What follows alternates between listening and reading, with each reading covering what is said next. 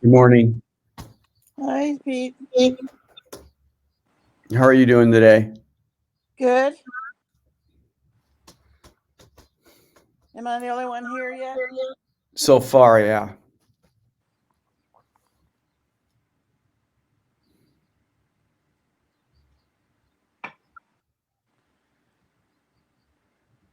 You look bundled up. Well, we've been hit with horrible heating bills. And so we cut our heat off last night, and I woke up and the house was 60 degrees. Yeah. So I stayed in on my bed with a comforter on me, and then I put a scarf around my neck. I should go skiing. We live on the water, and it's sometimes a little bit colder, but I'm not complaining. It's a nice place to live. Yeah. Well, you can see the way I'm dressed. We do the same thing. We keep the heat low. Yeah. Well, I keep it also. It's just better for me in general to live and sleep in a colder house, and you can always get warmer. And I have a very senior dog who does not regulate his temperature very well. So I got to keep him kind of on the cool side. He's got a little paralysis thing going on. So, Oh, anyway, how are you doing? I'm good. Really busy, but that's a good thing, I guess. That's a good thing. Yeah. Yeah. Hey, I watched your video on your definition of health. Yeah. Man, that's a good one. Thank you.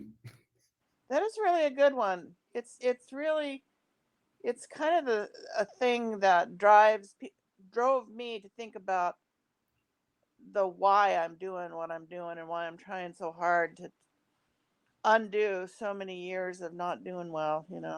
Yeah. No, I hear you. I mean, yeah, that was my why, basically. Yeah, it's a really good one. I was trying to think. You didn't bring up your five principles at any time so far during the intensive, right? No, I didn't because we've been focused on, well, the issue of gout at the top of the pyramid anyway. Right. I had a relapse this last week. Oh no. Yeah. But I decided to start allopurinol, so I'm pretty sure that's what happened. Yeah, you know what? Exactly. Um, and that's the major question. You know, I know that there's a big effort out there. Well, at least there's some effort from Rick Johnson. I Yeah. know that he has some companies that were started and they're actively looking at um, drugs that actually target this particular metabolism, Mhm. uh, because one of the problems with allopurinol or any of the rest of them for that matter is that they are really effective at lowering uh, uric acid, but and this is the important thing for you guys to understand as well as myself. Um, we have to remember that uric acid is not causing gout directly, right? It's a requirement, but it is not the defining factor. Right. And Lustig is done. If you listen to a lot of the doctors, the medical doctors talking, Lustig, Perlmutter, and Johnson Yeah.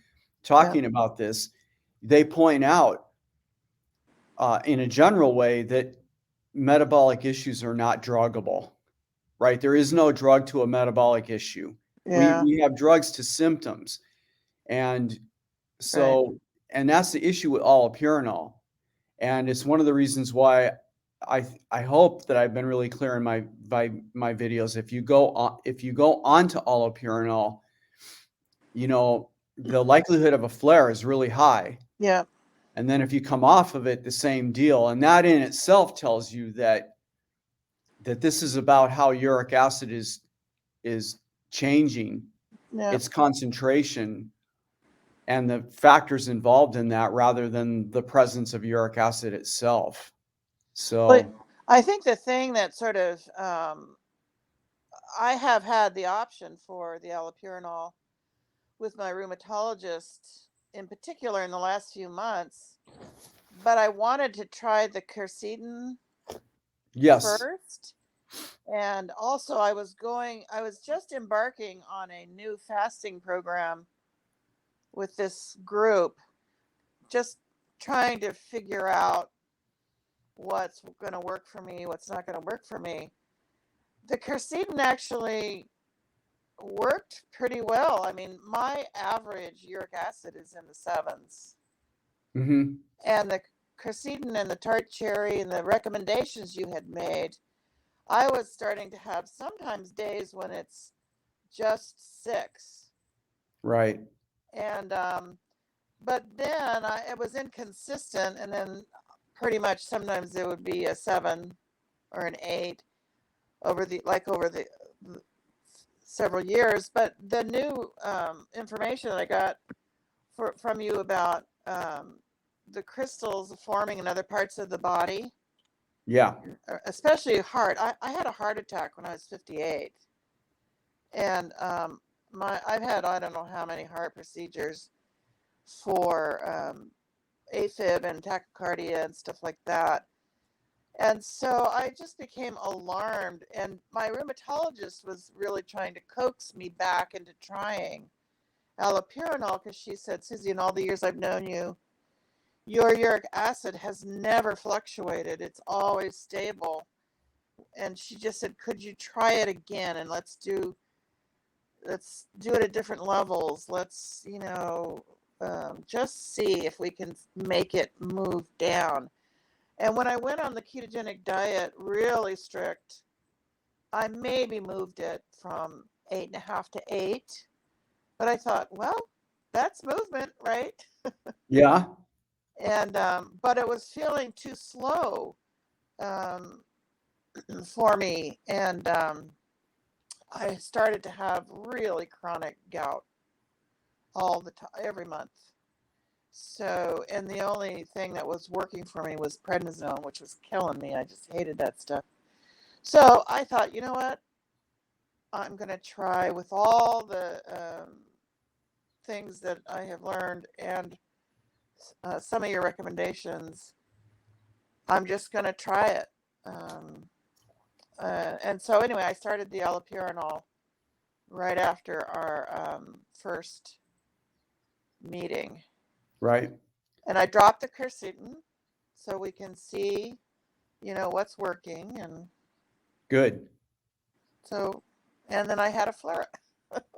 Yes. Well, But I mean, that's what's happened with me. When I first went on allopurinol and then I came off of all allopurinol because I had reservations and I had flares both times. So, yeah. good morning, Vivian. Hey, Vivian. Oops, no Ca- mic. Can't hear you. Oh, wait. Let me Sorry, I muted myself. Oh, Oh, there there you you go. go. All right. Yeah, hello both. How Yeah, are you doing? not too bad, not too bad. I'm interested in what you're talking about because I'm having a discussion on the 8th of February about whether or not to start on allopurinol, and I was warned exactly what you said, Pete. When I go on it, I need to take colchicine, and if I come off it, I need to take colchicine.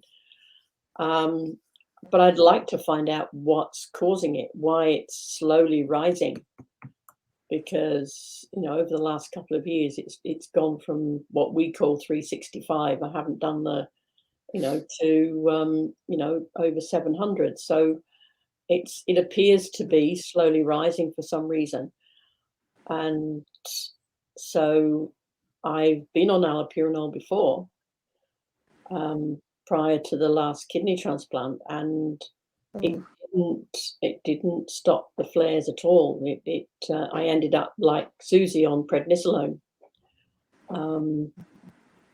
So Yeah, and that's a double-edged sword because so the thing to remember, and this is we hear a lot of the medical doctors saying, all right, I want to put you on allopurinol or one of the other options. Let's use allopurinol as a metaphor because there's more than one urate lowering drug, but they talk about allopurinol as if it's going to reduce gout. And the problem with that is it doesn't. What it does is it lowers uric acid. Mhm. that's And what I've been told. I haven't been told it will stop the gout, just that right, it would lower the uric acid levels. My concern is that, yeah, my uric acid levels are rising, and the two areas of gout that I have in each foot, one in particular is increasing in the number of nodules that I have and is slowly but surely increasing in size. mm, The other joints, not so much.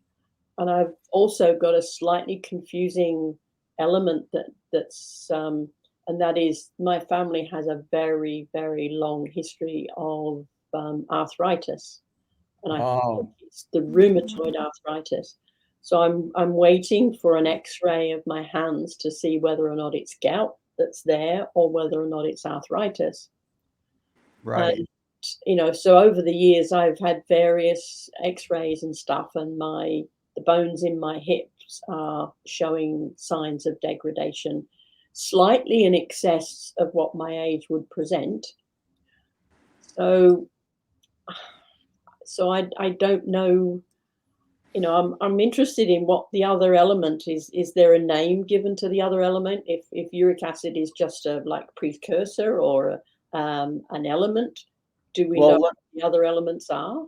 well, hold on. So let me ask you a question. When you do suffer from the gout, is it equal in both hands? In other words, are you having gout flares, or is it only in one appendage at a time? It's mainly in my right hand around my thumb, which is why this area, which is why I think it's arthritis rather than gout, because I've never had a flare up in my hands at all. And currently, I'm not having any flare-ups. I'm just having the slow build in the right-hand foot, in one of the joints, which is, just little nodule. Some of the little nodules are now turning white because they're kind of pressing up against the skin. So I know gout is there historically, but I don't know if what I'm suffering at the moment is gout or arthritis. It's especially in my hands. I mean, I don't have any.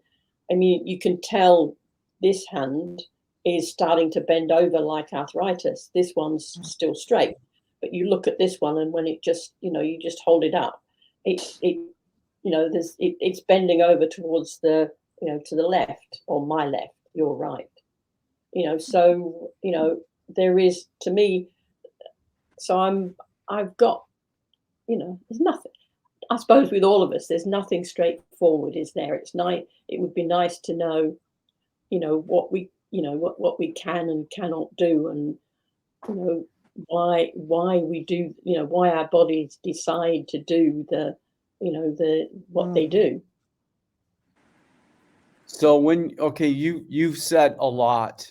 So hold on, I'm going to make a note because I don't want to forget.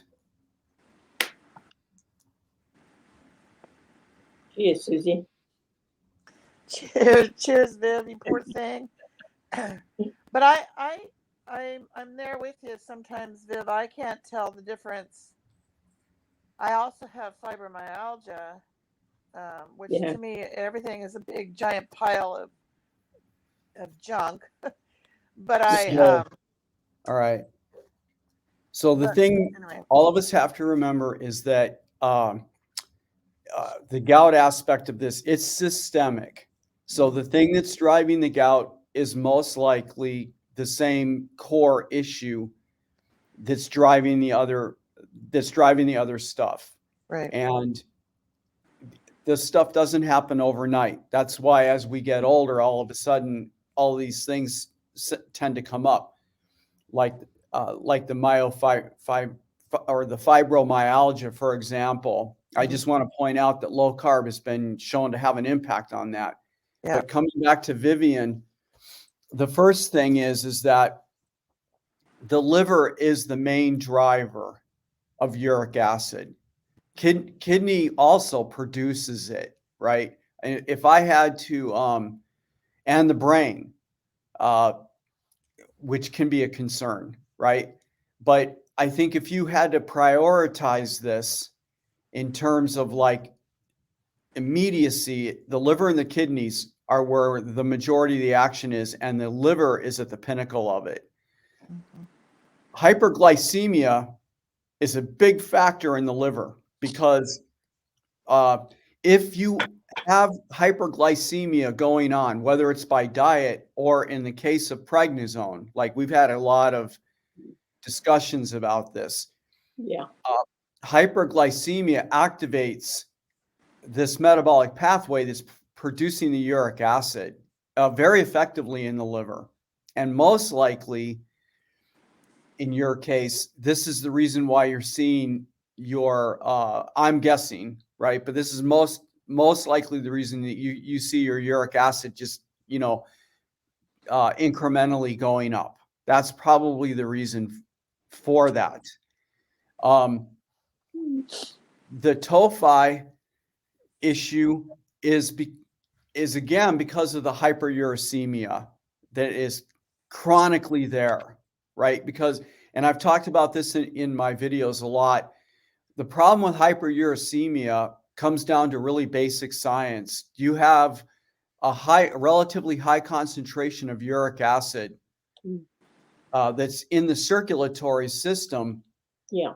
That is flowing around all of these compartments, the joint being one of them, right? And the joint space is connected or in contact with the circulatory system through a membrane. They call it the synovial membrane. And that membrane it's permeable. It's semi-permeable. What does that mean in English? It means that small molecules like uric acid, glucose, fructose, ions, all that kind of stuff are able to freely move from the circulatory system into that joint space. And what that means in reality is if you have a relatively high concentration of uric acid in the circulatory system, that produces a pressure on the synovial space. In other words, uric acid is going to move into the synovial space, and if allowed to, it will move until the concentration of uric acid particles equals the concentration of uric acid particles that are in the circulatory system. Now, when that stuff is in the synovial fluid, you have a condition there that enhances the probability that the uric acid is going to form solid. And one of the outcomes of that is in the formation of tophi. These are the nodules that you're talking about. Right, okay. Tophi has a different connotation for me as well. Oh, okay. Yeah, the medical terminology gets me wild sometimes. It's like it makes me think that these guys sit around and try to think of overly complex names to call this stuff that no one can understand except them. But so these nodules, that's why they have the tendency to form. And this is my argument for going on allopurinol, or metaphorically speaking, one of the drugs that lowers urate, because what we want to do is reduce the concentration of uric acid that's in the circulatory system. Why do we want to do that? Again, because of the basic physics of stuff that's dissolved, right? We want to lower the uric acid in the circulatory system because we want to encourage the movement of uric acid out of the synovial space back into the circulatory system. Can I ask a question at this point? Yeah. Because one of the things that I haven't been able to find out is, okay, the only thing that they say about allopurinol is it lowers the amount of urate that is actually in the blood system. Yes. How does it get it out of the body? Does it use the kidneys? Does it use... Yes, it goes out of the kidneys. So But what here's, happens if I'm going to ask a question that's relevant to me? go ahead. What happens if it's that system that's not functioning? That's the And problem with all of us. well, I the think thing is, everyone in this my room right now. I've had 2 kidney transplants. This is, in 2013 when I had the second one, the one I currently have, my uric acid levels disappeared. So they didn't come back until 2 years ago. And that the issues I had with the allopurinol were in 2013, prior to the second kidney transplant. So it says to me that the likelihood is that if my kidneys aren't excreting it, and I know I've always had digestive problems since I was a child, so the chances are, even if I took allopurinol, then the chances are it's not going to benefit me at all, because That's so it's not a zero-sum game. You definitely I what's can't happening and not a zero sum game. here's what I mean. Okay. I don't believe that you're not excreting uric acid. I think all three of us in this room have an excretion problem, and we excrete uric acid most likely when you look at the literature, uh, at a lower rate than somebody that I would call a normal excreter. It's not that we're not excreting uric acid, but when we go on a urate lowering drug, we have two goals here. One is to get the uric acid in the circulatory system lower so it stops moving into these other spaces. And in fact, have that relationship reversed so that the uric acid has a tendency to move from your nodules out into the circulatory system. And then we have to give the kidneys time to excrete it, because you are excreting uric acid, but you probably aren't excreting it at the rate that you would call somebody who's normal.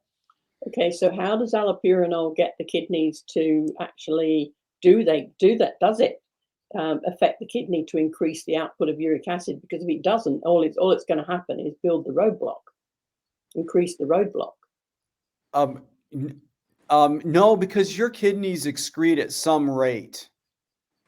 But if So, it's insufficient now, how is taking allopurinol going to increase it?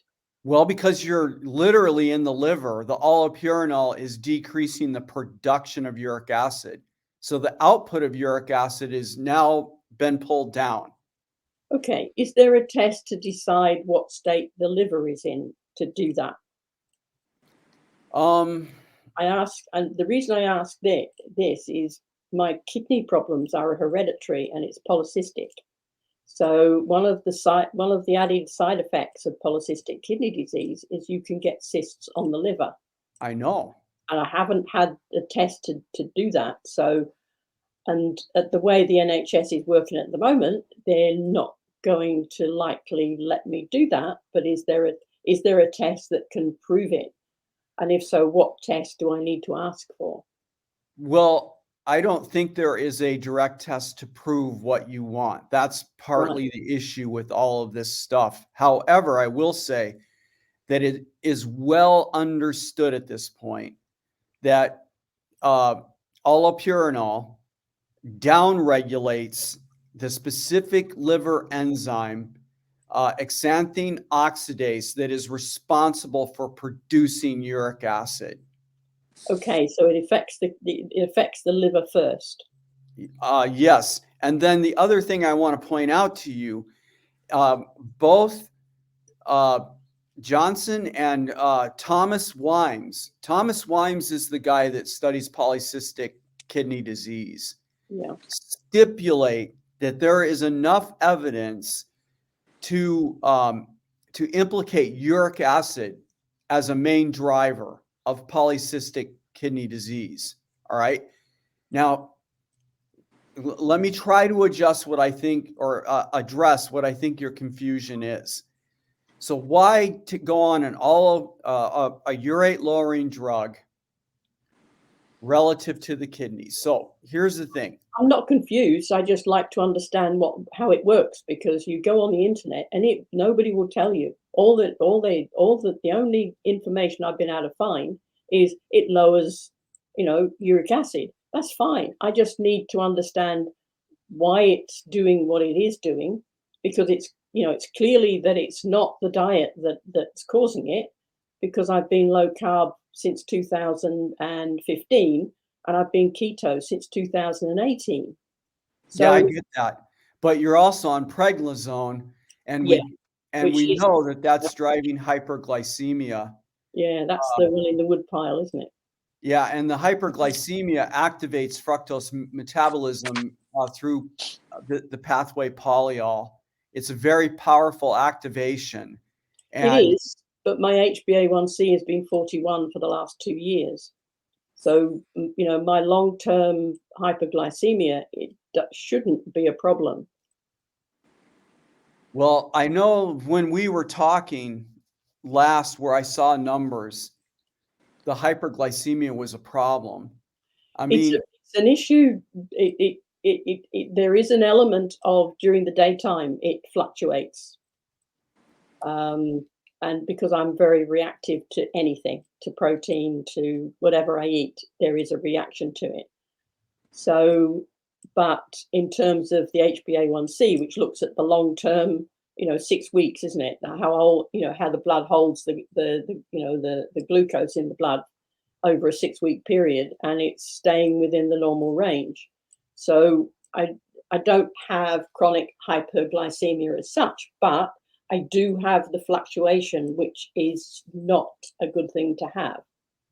yeah, because every time you have a high level of glucose that's peaking, and you have that hyperglycemic event, you're producing endogenous fructose right in the liver, and that collapses into an acute rise in uric acid, which gets pushed out into your circulatory system. Do you know about your insulin expression? Are you measuring that? No, I'm not. I had an insulin test, which I think I showed you when we first Uh, started to speak. yeah, Kraft, right? You had the Kraft test. I had the Kraft test, and basically I'm an insulopenic, so basically I'm not. But I've been looking over that stuff, and I'm going to send them an email in the next couple of days to ask that, because I actually had to take my meds while we were doing it, which meant that it could have been that the although it's only a small dose of prednisolone, it could have actually been the reason why the curve was huge. It actually outstretched the glucose curve on that test, and then it just disappeared, and it just stayed at 4 the whole rest of the day. The rest of the test, which was like 3 hours long. And so it could have been that the prednisolone basically just killed off the insulin, but he'll do that every day. So it's not going to, but it would be interesting to know if they think that that's the reason why it's not working. Right. So yeah, I think I sent you a paper about the effect of prednisone on uh, the pancreatic beta cells. I think you're in a really complex area, but let's step back from the weeds because this is what I think that you have to keep in mind. The new kidney that you have, there could be an excretion problem in terms of the uric acid. The main question here is why should you consider a urate lowering drug? Remember, and this is a valid question that you have, and I don't know the answer to it. On one sense, I'm going to tangent away from this for a minute. We Yeah, all have personal decisions to make about this, right? that's fine. But at the level of the liver, that's the main thing that's producing the uric acid, and the urate lowering drug, that's the main effect right there in the liver to bring the uric acid down so that now you're pushing less of it into the circulatory system. Now, if we go to the kidney and we ask the question, why do we care about bringing uric acid down? Well, we want to go to the kidney and the cells that are in your joints. So why do we care about bringing the uric acid down? Because we know now that uric acid, when it moves from the circulatory system into these other spaces, Yeah. that it can activate the same intracellular effects as if the uric acid was produced right in the cell itself, like when it's being produced in the liver. Yeah. Or if it's being produced in the kidneys, which we know it can be. But uric acid in the kidneys, we also know it can move from the circulatory system into the kidneys, where it can cause these intracellular effects, which have this vicious cycle of also decreasing the excretion issue, right? I mean, it can cause excretion problems of the uric acid because it's causing cellular damage in there. And this is a bigger argument, again, for reducing circulatory uric acid. So you don't have circulatory uric acid moving from the blood into the kidney. You want the pressure going the other way. That And makes sense if it affects the liver first and reduces the amount that the liver throws out, yeah, then it makes sense to use allopurinol. You know, it's understand. You know, it's getting the information on which to base a decision. It's not. You know, it's. So if it does lower the the output from the liver, then there's a reason for taking it. that's the reason. Yeah. That is, in fact, the biggest reason. And yes, that is the biggest reason. There, underneath this is a realization, however, that anywhere in the body, any cellular system in the body that expresses xanthine oxidase, the primary enzyme that's producing uric acid, is also going to be affected by allopurinol. So what's it called? Xanthine oxalate. No, xanthine oxidase. OX. Oxalase. Pardon? Oxalase. Oxidase. Oh, okay. Xanthine oxidase. Yeah. Okie doke. Got it. Thank you. And there are other urate lowering drugs that are out there too, you know, that are available. I think it's a very difficult decision to make. I've tried to emphasize that in my videos. Oh yeah, I you know I do. I get it from your videos. I mean, that's hence why it's taken me so long. Yeah,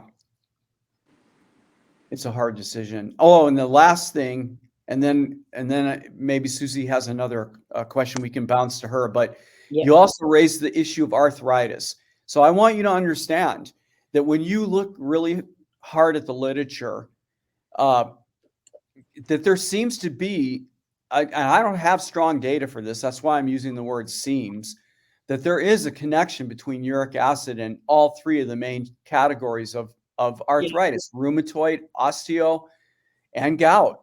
Yeah, And no, not, I've seen that a lot in the literature. Yeah, they're you know they're definitely lumped together. They're all a form of arthritis, aren't they? yes, and I believe that the reason for that is because I think there's a common inflammatory pathway here. Yeah. And when you factor in genetics, we're all different, and how we respond to our environment, then I think that that's where this pathway gets differentiated. It's why I think that some people, as they age, get move towards rheumatoid. Other people move towards the osteo, and then there are some people that are more likely to be gouty. That's one thing that I feel pretty strongly about. And then there is a relationship too between uric acid crystals, or monosodium urate, to be more specific, to be more correct about it, Yeah. and calcium pyrophosphate crystals. There seems to be a relationship there. And I found a paper recently, I can't think of it off the top of my head right now. And I think that their data has to be taken very preliminary, because when I looked at it, I thought, you know what? This is very interesting, but it's not convincing. Yeah. that showed when they pulled the fluid out of somebody's joint, I think it was a knee joint, who was gouty, they also found the presence of calcium pyrophosphate crystals. And that was the first example, besides just literally people waving their hands and going, you know what? We think that people that have gout probably are suffering from this other crystal disease, or maybe either one of them, and it's maybe indistinguishable. Yeah. But it's the first example I've seen where they found, supposedly they identify the presence of monosodium urate crystals and calcium pyrophosphate crystals in the same person who's suffering from gout. Yeah. That's a really interesting result if it holds up, because it would explain why a lot of us out there are complaining like you are of these symptoms, these joint symptoms that seem to be located in both areas, osteo and gout. And it's like, well, what's going on then? Is it gout? Is it osteoarthritis? Or is it some combination of it? And I think what we're going to find out, and I've talked about that in a little bit of in the videos, most recent videos, that the initial crystallization involves calcium. Yeah. You have to nucleate the gout crystal with calcium, and then the crystal can grow using the sodium monourate crystals. I think, I wish when these guys did all this stuff in the 70s and then into the early 80s, that there would have been more momentum to keep pushing on that research. Yeah. I'm really hungry. I've emailed these guys when I read these papers, and the only person who's emailed me back is Johnson. Yeah. And I'm asking the question that I'm raising with you. It's like, you guys, has anyone gone down this road? Are you interested in going down this road? Because we kind of need to know. Yeah. Yeah. Definitely. Cool. Thanks, Pete. That was interesting. Well, the thing I think about is I'm here because, Pete, you give me the best of the detail as to why something's happening. Because I feel in general, I am trying so hard to live with pain. And so, on the one hand, I have gout. On the other, I can't tell what it is. And then again, is it fibro flu? All I know is that it has got me reduced to a few hours a day when I feel like I can get up and move around into my normal life, try and have one. So I study just as hard about the nutritional stuff, the stuff that you give me, um, as well as people live with pain.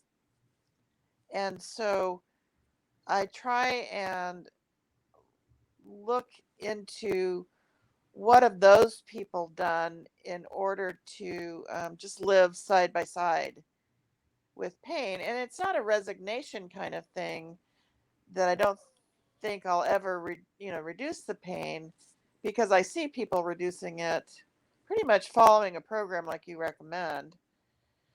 And sometimes for me, especially since the pandemic, it is trying to integrate myself back into a life where I'm not focused constantly on myself and constantly focused on pain.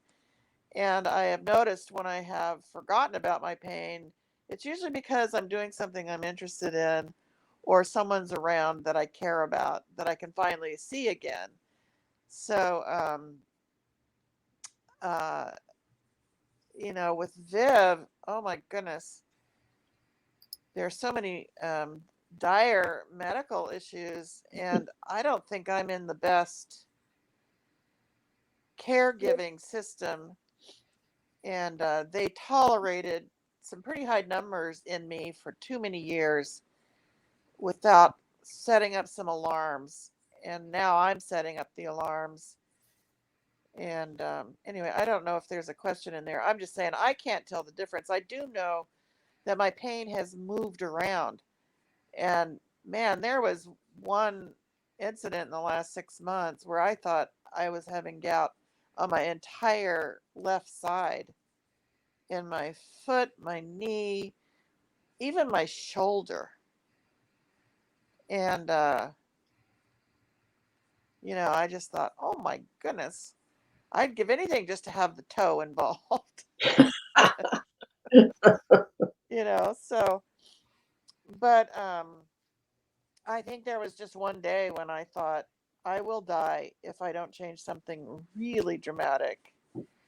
And that's when I gave up alcohol. And like you, I never broke a rule.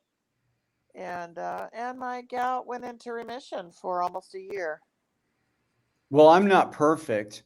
I mean, and this is the thing I try to not only keep in mind, but I try to communicate to all of you is that we have to find a lifestyle, Yeah, that is a joy to live. Number one, yeah, um, and this stuff, it tends to like sort of like ambush you because, and you just pointed this out pretty much, is that it's usually multiple things that are going on. yeah, Uh, and then it feels to me, in a lot of respects, like a needle in a haystack. yeah, Um, what exactly is going on? And this is the thing. This is why there's so many engineers that have gotten involved in this stuff, like Dave Feldman, Mm. Ira Cummins. And I think yeah. He's where pretty they're, amazing. yes, and Lustig, Robert Lustig, and Yes, Johnson. I yeah, think, well, Perlmutter too, to be fair about it, for sure. And I would like to put myself in that camp. That the issue is, this is systemic, and that's what my training as a PhD biochemist emphasized. When we look at a system, we're looking at a system. It's not a one-off. And that's one of the problems that I have with diabetes management. Every night on the 6 o'clock news, you can watch the endless advertisements coming on. oh man, they're It's like everywhere. they're focused on one singular element, the glucose, and it's like, dudes, this is a systemic problem Yeah, in a human body. You're not dealing with one issue. That's why when they look at the genetics, for example, of diabetes, there's more than 100 genes involved, and there's a lot of people that when they are suffering from something, who will be like, well, it must be the genetics. That's too simple of an explanation. Humans don't have single genes that code for this stuff, right? It's always a number of things, a number of different genes that are contributing. And I think that the answer to gout and fibromyalgia and all of this, it's a systemic issue. It's complicated. And so that means the solution has to be something that is thought about in a broader term, in yeah. broader terms. I think that's true. But sometimes, or not but and sometimes what I have to do is not get overwhelmed Mm. by this big systemic picture, and then just really make that decision that every day I know I can't have that piece of toast. I mean, Yeah, no, I get you. and then in the long run, before I know it, um, I look back and I feel better, a little better, energy wise, and all that. And it all kind of strings together as to I know what's better for me. I mean, actually, the hardest thing I've done, and all my friends, we live right by the Napa Valley, and every single one of my friends are restaurateurs, and we have wine cellars, and we have all, I owned a restaurant at some point, but I just cold turkey. I stopped drinking. I just And I realized when I started thinking about it that I was drinking alcoholically and without really identifying it. And it's made a big difference in terms of my mental approach. I mean, I go to parties now and they're opening up $80 bottles of wine, and that gets me sometimes. But, you know, I, I just know that if I string together some of the things that I absolutely know are not good for me, that then the big picture changes. And for me, I frustrate my doctors because I refuse drugs at this point. They always make me sick. They always seem to make me worse. The only time that I access the medical care that I have is for emergencies. Mm. So when I get hauled off by an ambulance, which hasn't been a long time, has not for a long time, they save my life, and then I come back and I refuse the drugs that they want to put me on because I feel like it's not helping. And the reason why I'm willing to do allopurinol at this point is I'm worried about the big picture, the systemic picture of helping my body do its urate lowering job. My kidneys tests have all improved. My liver tests, everything has really improved as I've been on a ketone diet for a few years, but now seriously measuring ketosis, Yes. not just following food lists. Hmm. So, anyway, I have some kind of laundry list of questions about this day to day tweaking, if that's appropriate to ask. Well, hang on one second. All right. Vivian, did you have another question? No, I'm happy to listen to the tweaking. It's anything that helps. Okay, Susie. All right. Let's see. What have I got here? Um, let's see. All right. Some of it I'll save for your evaluation when you come to it because I really did enjoy some of your meal planning, and you and your daughter have that cookbook and stuff. Even though I don't use it, maybe quite. I don't need meal plans, but it sure gives me good suggestions. And you are a good cook. I appreciate. I appreciate you're making things more interesting and healthy. Um, anyway, right now my uric acid has been very high since I started the allopurinol, and I'm not quite sure. From the one supplement that I was taking, that quercetin, it had gotten down into the sixes, not consistently, but enough. It would, and now the other day it was 9 and 10. But are you on allopurinol now? Yes, I am. So was that measurement before or after the allopurinol? After. Okay, and how much allopurinol are you taking? I'm taking half a pill a day. It's a 100 milligram pill. And right now, the rheumatologist wants me to start very slow because my history with it has been nausea, gut pain, dizziness, enough side effects to make life hell. So I'm having a little bit of side effects, but at that dose, not bad. So I know that my next test, which is coming up, she's probably going to recommend that I titrate up a bit. I know you take 3 times as much as I do, or more.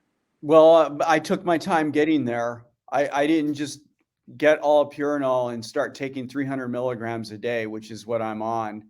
And sometimes I take less, a little bit less. If I have a day like yesterday where I miss my mid-afternoon meal. So what I did was I took a couple months and I start out with 100 milligrams a day. I make sure to take it with food. Like I'll start eating and then take it and then finish my meal, right? All right. And I take 100 milligrams with each of my 3 meals. I'm eating 3 meals a day because of my activity level. Right. and my midday meal is smaller than the first and the last meal of the day. Um, Oh, Sometimes I would consider it like a snack. I don't snack between meals, right. but what I mean is I actually sit down mid-afternoon and for a few minutes and I eat something, Yeah. which is uh yeah. Um, and so I spent a few months working up to 300 mgs. And what I did was, in advance of that, I chose a target. And I've explained where my target Yeah. is. I like that. Yeah. So I took my time getting there, and I make sure to have it with my meals. And I monitored my uric acid, mostly fasting levels each morning. And then I showed you guys my data with that. I know I'm between 3 and 4 Right. mgs per deciliter. Why did I choose that target? For historical reasons, Yeah. right? I know I've spent enough time deep in the literature to know that in the early 1900s, average uric acid was significantly lower than it is now Right. for both men and women. And I said, all right, I'm gonna target that uric acid then as where I'm gonna settle with remembering that I'm reversing that relationship. I want the uric acid to move out into my circulatory system. I know that the excretion in my case is not what it should be. But so what I want to do is I want that uric acid to spend more time in the circulatory system, give it the time, because over time, that uric acid is going to get secreted in proportion to whatever the production is, right? Because you have the production issue going on in the liver, and then the kidney has to get it out. And so what I want is I want that production level down, but I want it in a healthy normal range for the early 1900s. And then I want the time frame to be uh, to exist to give the kidneys its opportunity to get it out. And I want the relationship between what's in the spaces, synovial fluid, spinal system, all of those things I talked about, to be in a situation where the uric acid is continually moving out into the circulatory system until at some point there's going to be a new equilibrium there. Do you have some theories about why your uric acid got so high? Well, I believe it's because of the chronic consumption of sugar and alcohol. And when you look at this is now associational data. When you look at this carefully, as best you can, and all of the medical doctors that we listen to, right? I already listed them off. Right.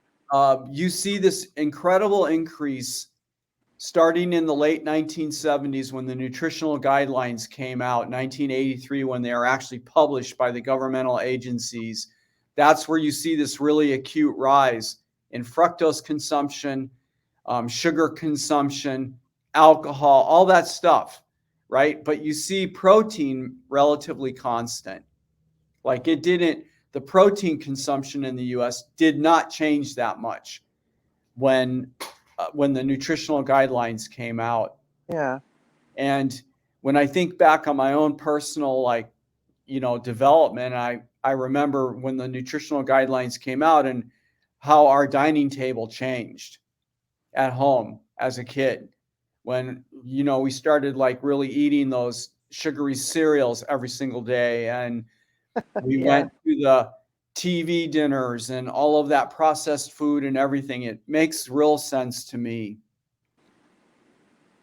My father had type 1 diabetes, and my mom thought that she was doing him a favor by making him pies and cakes, and until she finally learned that that was, I don't know what, so she was an extraordinary cook, but she, I mean, there were times when having a glass of orange juice he needed because he wasn't doing his insulin properly. But anyway, I remember having a lot of sugar and stuff as I was growing up. Um, but cortisol, I think, has also been a main driver uh, in my life, and in particular in the last 5 years, taking care of my mother and my sister, who both died recently. So um, I was there. I think cortisol is playing a part here. I know at some point I'm really gonna go after that. But one thing that I'm glad you raised the issue of cortisol, because this also ties into sleep apnea. Yeah, And the hypoxia issue is a really big one, yeah, because we have hypoxic zones in all our major organs. Kidney's a really good example of this, yeah, um, because there's a really big zone in the kidney, between the proximal tubules that are responsible for excretion and the metabolic support of those cells deep in the medulla. And the medulla is in a hypoxic zone, right? The liver has a hypoxic zone. Our joints do. Our joints, I think, I didn't get to the chance in the actual intensive day to show this slide, but there's 6% oxygen out by the synovial membrane. The circulatory system averages around 13% oxygen. And just inside in the synovial membrane, on the inside that that's has the synovial fluid, it, that that gradient drops to 6%, and then deep in the zone of the joint where some of the chondrocytes are, that percentage of oxygen falls to 1%.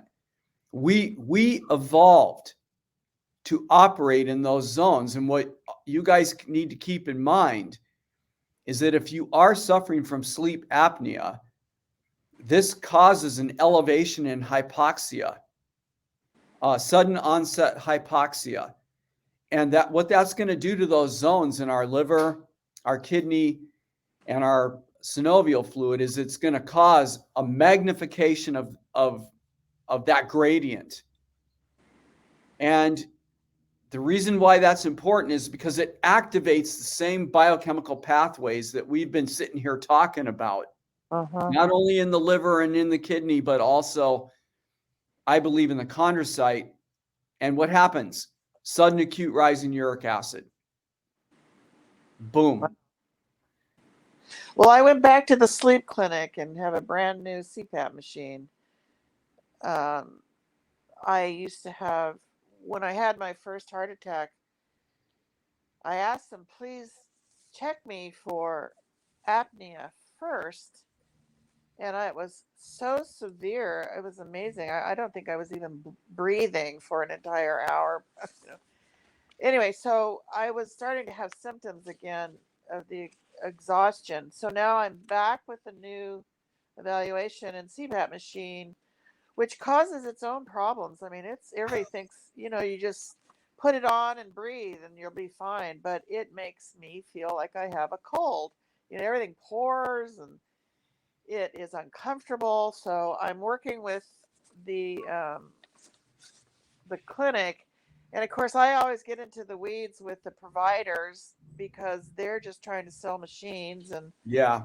I really don't like the information that they give you, which is always compromised by their wanting to sell you something. But luckily, my health insurance is paying for it, most of it. So, on top of that, starting the allopurinol, um, I'm there's a lot I'm trying to juggle.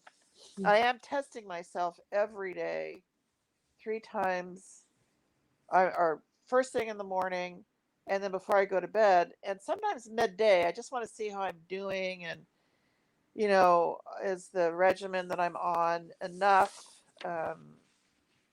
And so I feel like a little biological experiment back here in my room where it's quiet and I can, just sort of do my little thing. But it is the one thing I have to deal with and Cynthia and I had begun to talk about it a teeny bit, was she referred me to somebody that's a physical therapist because I got to get moving.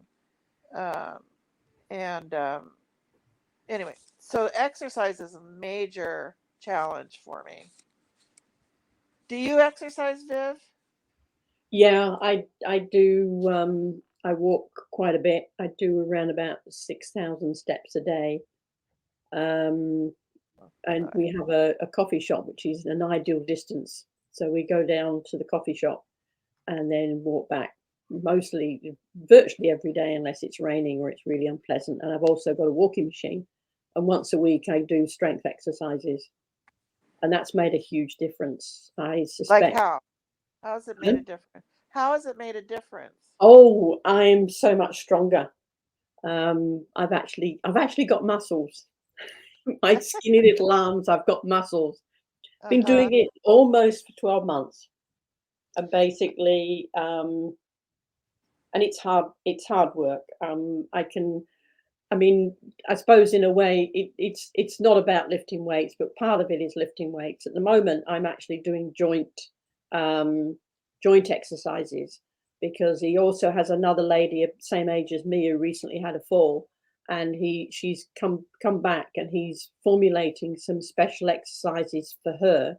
And Uh-huh. because we're a similar age, he's doing the same. He's giving me the same range of exercises, and so it's difficult to really explain, but you kind of I don't know. I'm the one we're doing at the moment. Well, there's a lot of like pushing and stuff like that, and doing at the moment the one that I'm finding the toughest, and funny enough, is actually sitting on the floor, and what you're trying to do is open your legs so that they actually rest on the floor. And I'm about that far off the floor. He gives you weights, and what you do is you put them on each knee and you relax yourself and you breathe and relax and breathe.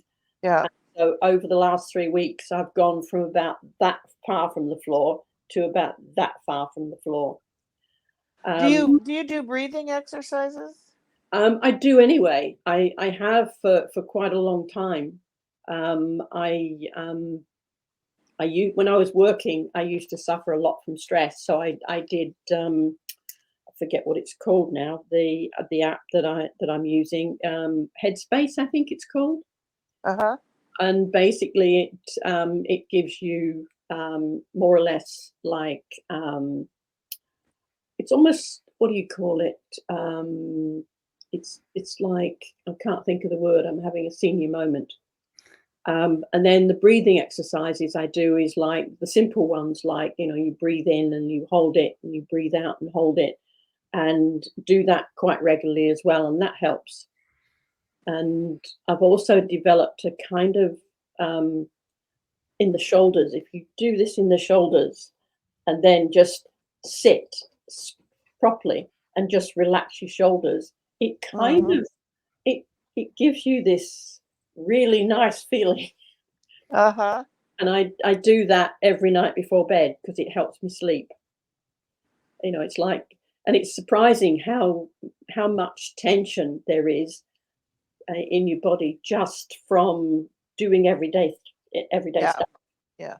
I used to be a runner actually, and I've always had dogs, Australian Yeah. shepherds, and they Oh, keep they're you nice. on your toes. Yeah. So, but what I am more and more aware of are some of the yoga breathing, which is really critical to. Um, you probably know what that is, Pete, where it produces some kind of acid that naturally. Uh, it's called.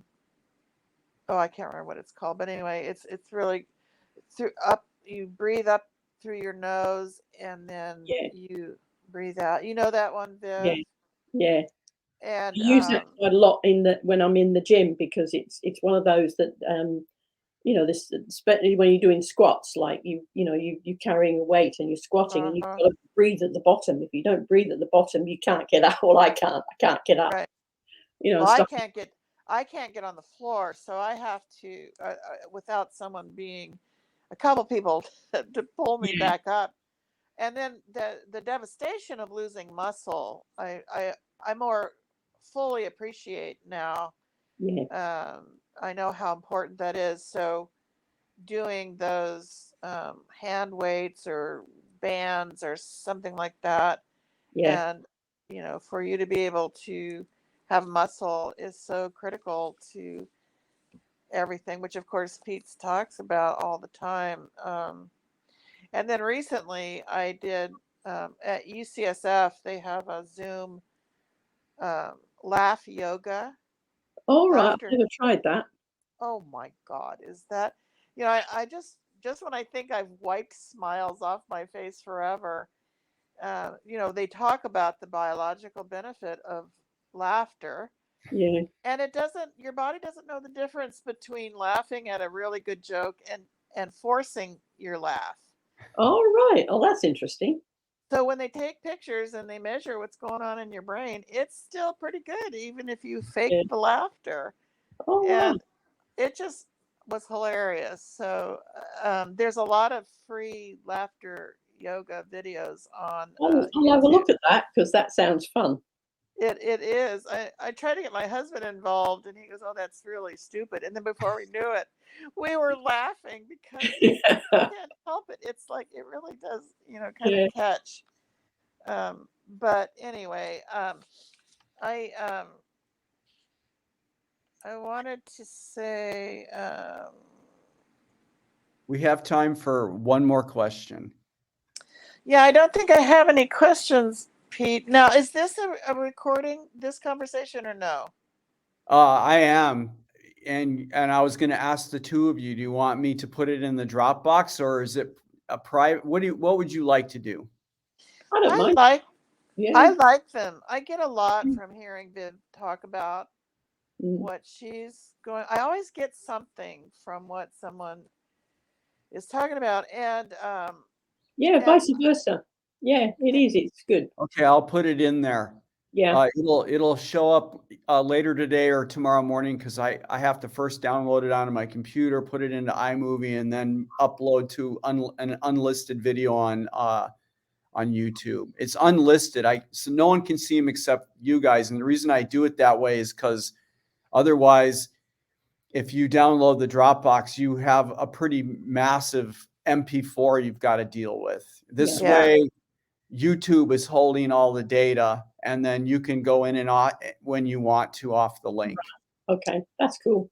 Yeah. yeah. No, I would like that. I don't think I have any more questions. Actually, I just keep going back to the videos and trying to give myself a little support to keep going. Well, don't forget, you guys can email me all you want. Also, I did open that WhatsApp, so like if there's something going on, you can chat me up. Yeah, so don't feel That sounds free. good, Susie. We can chat him up. Yeah, Let's chat I'm him sorry. up. I didn't say I did the wrong thing. Reach out whenever you want is what I'm Yeah. trying to No, say. And then our next session will be on February 8th because I'm going to okay. be gone the weekend of the 4th and 5th. So it'll be Wednesday the 8th, and then we'll be back on weekends. Right. Okay. Okay. Am I the only one having to get up at 6 in the morning to? Well, I'm up at usually 4:30 to 5. So Yeah, it's Yeah, 3 o'clock. It's three. It starts at 3 o'clock in the morning, afternoon here. It's just after. It's just after 4 o'clock yeah. It's in the afternoon. somehow I'm always up for it because I look forward to it. So it's Yeah. amazing. Yeah. So all right, well, we'll see you guys okay. on the 8th. Reach out with whatever you need. I don't care. It's great. We can address whatever. The WhatsApp channel is there too. So you guys have a great rest of your weekend. Yeah. Me too. Hey, Pete. One thing is, you recommended this. I'm calling him a young kid for me to watch, and Is it Nick his name? Norwitz. Oh my God, that kid, he is like, I watched a couple of his videos, and thank God there's a comment section of people who are interpreting the stuff that he's talking about, because he is so smart, and he's very much like you, a young version in terms of his interest. But boy, thank you for that. I thought he was making it up when he was talking about his education, Oxford, all this, and now he's getting his MD at Harvard. Oh, for God's Oh my sake! God, how old is he? Oh, what would you say, Pete? In his late 30s, or if Oh, Oh that? right. no, not late 30s. No, maybe I think he's in his 20s probably. Oh, okay. Oh And my goodness. he's just like us because Yeah, he's got systemic things going on Right. himself, and he's yeah, admits this is a um, needle in a haystack, Yeah. and he's very much behind sorting the science to see what we can Right. learn so we can make a difference in our Well, lives. So yeah, he's him and something. Feldman.